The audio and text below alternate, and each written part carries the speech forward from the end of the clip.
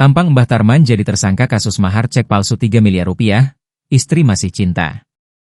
Mbah Tarman ditetapkan sebagai tersangka dan ditahan oleh Polres Pacitan atas dugaan kasus mahar cek palsu senilai 3 miliar rupiah saat menikahi Sheila Arika.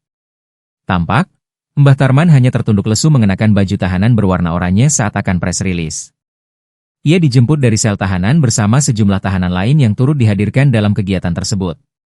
Meski demikian, sang istri Sheila Arika mengaku tetap cinta dengan sang suaminya tersebut dan tidak mau bercerai. Masih cinta? Kemarin bilang seperti itu kepada kami, ungkap Kapolres Pacitan, AKBP Ayub Diponegoro Ashar saat rilis kasus pada Rabu, 10 Desember 2025. AKBP Ayub mengatakan begitu bukan tanpa sebab. Latar belakangnya adalah mobil yang digunakan Mbah Tarman untuk rumah Sheila Arika merupakan mobil rental. Mobil rental itu, kemudian digadaikan ke tetangga Sheila Arika di Desa Jeruk, Kecamatan Bandar.